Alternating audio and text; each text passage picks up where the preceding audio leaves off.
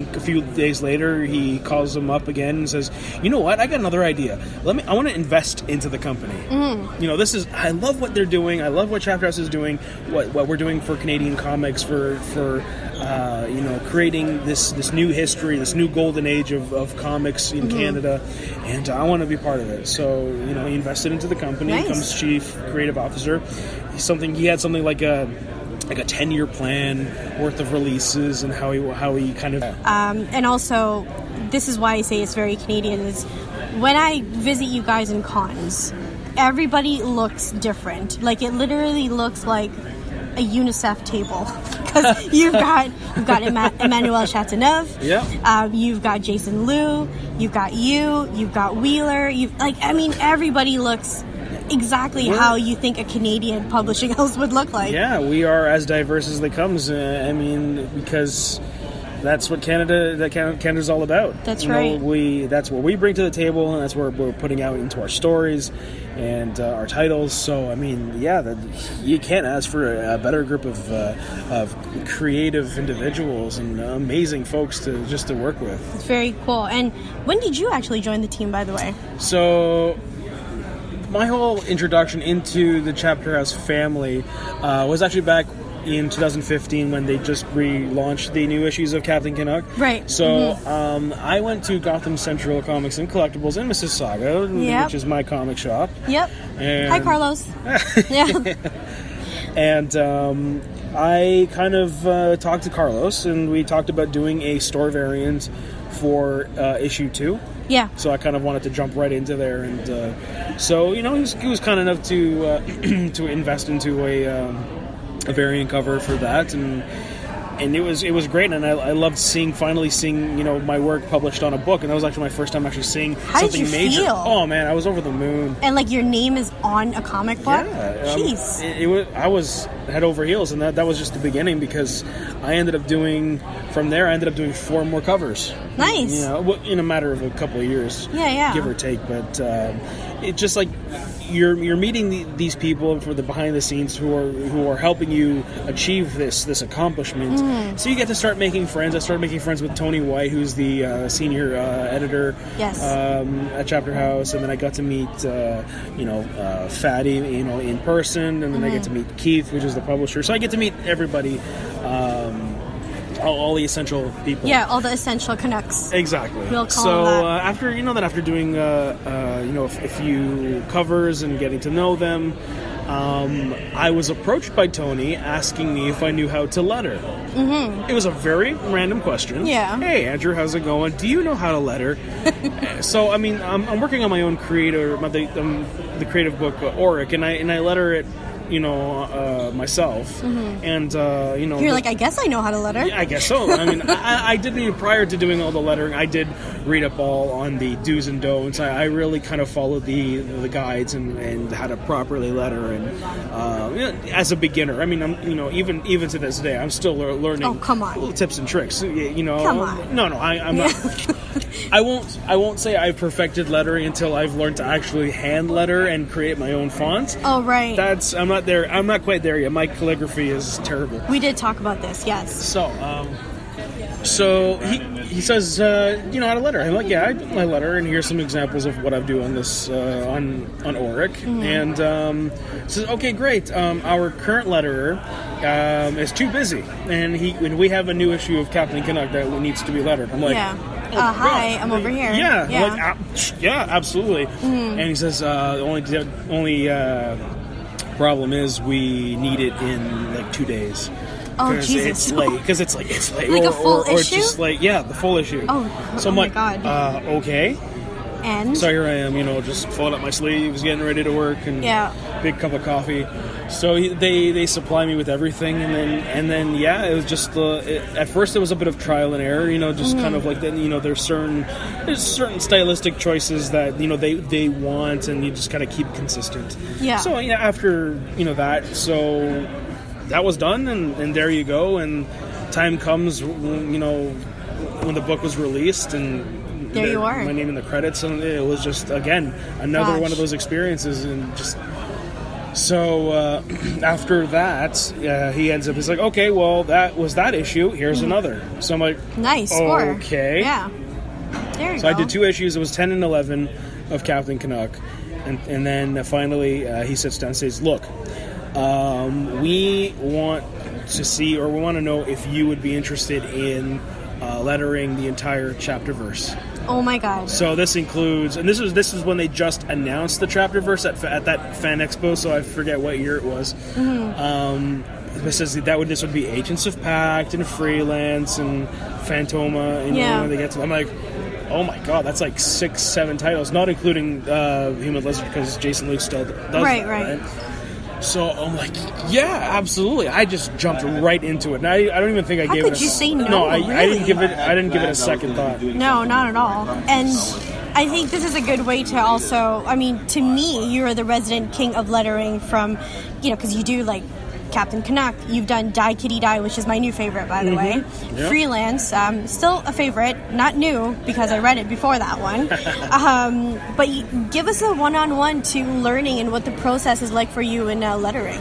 Okay, so I can basically just tell you the steps or like what happens on a daily basis for lettering. Yeah, that would be really cool. So, I mean, I'll get an email saying, hey, here's the new issue of, let's say, Captain Canuck. And they supply me with both the script and the art assets. So I get a link to a Dropbox folder where all the pages are at. I download them all into my computer.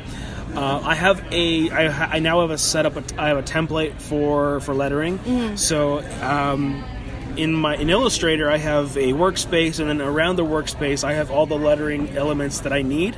So I have already have pre-made word balloons. I have tails. I have sound effects. I have different fonts already. That's already set to its appropriate sizes and weights and kernings and all that.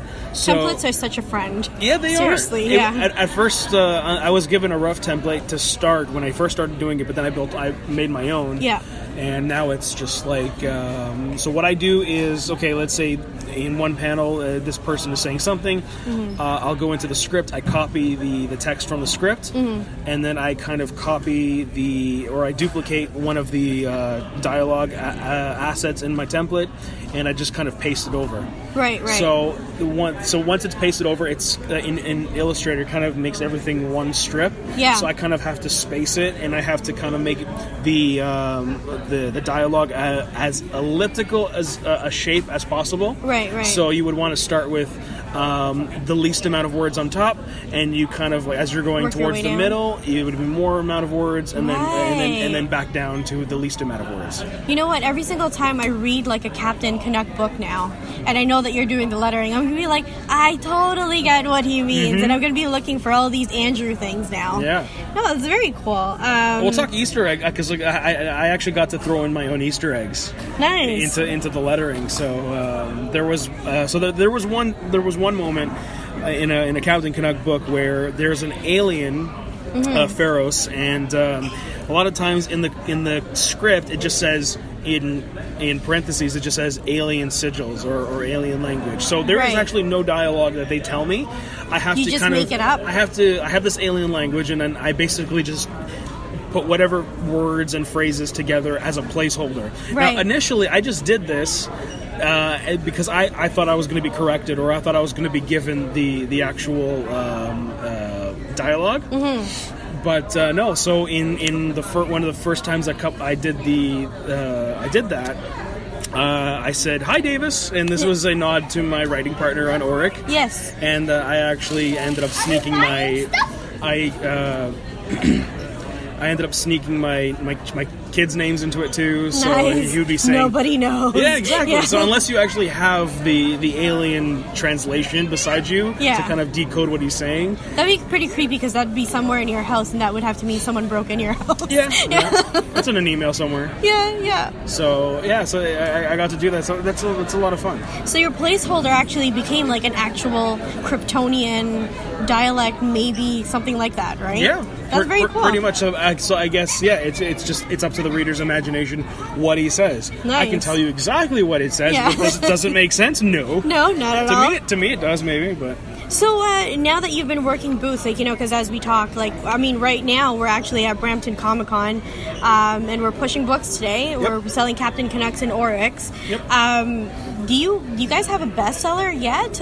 Is there, you know, any books out there that...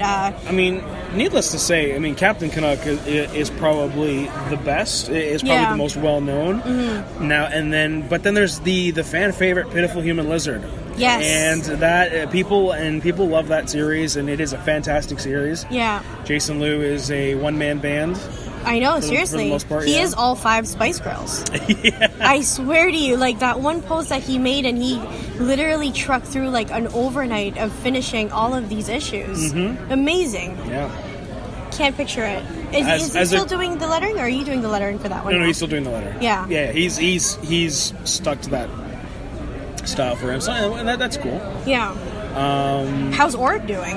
Auric's great. I mean, this year has definitely been one of the best years for Auric because not only have we been featured on Global TV's Private Eyes just a couple weeks ago as set props, but we also have our own beer themed after Auric too. So it's just like that, and then we won the award for the Canadian Comics Indie Wiki Award. It's a long name. That's a mouthful and a half. Yeah, Canadian Independent Comic Wiki Award for 2017 Best Indie Comic. Very cool. So it's definitely been a big year for Auric, for the whole team. And, you know, we're really happy that people are enjoying the series, and it's a nice sense of accomplishment. You know that we're doing something right. And what a very Canadian thing, by the way, because I had just noticed Auric has a spot in a major, probably it is the biggest publishing house in Canada for comics as well. Mm-hmm. So you got that under your belt, and now you also have a spot on Global TV. There's a little bit of a cameo there, and he has his own beer. Yeah. I think, like, really, other than that, the only thing you could do is maybe have, like, a different flavor of maple syrup from the Captain Canuck maple syrup, and maybe, like, a mastercraft tool in Canadian Tire. Yeah, maybe. I think our next... You're good. I don't know. I think the next logical step here is to have our own flavor of poutine or something. Oh, let me work on that. Okay. Yeah. Okay, I know a poutineery, and I could make that happen. Oh. Yeah, I do. Now we're talking. And so, you know, when we're on these kinds of events, I saw a little bit of, how things are introduced here, but people gravitate to your table, and I think it's because of the fact that, one, it's very damn colorful. It is so Canadian.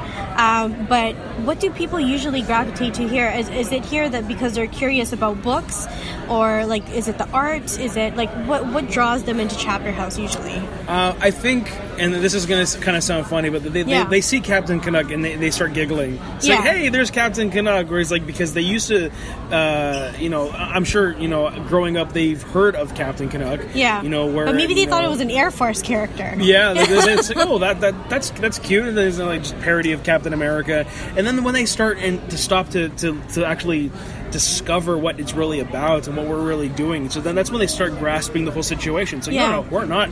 This is no joke. Yeah, this is a fully fleshed out character.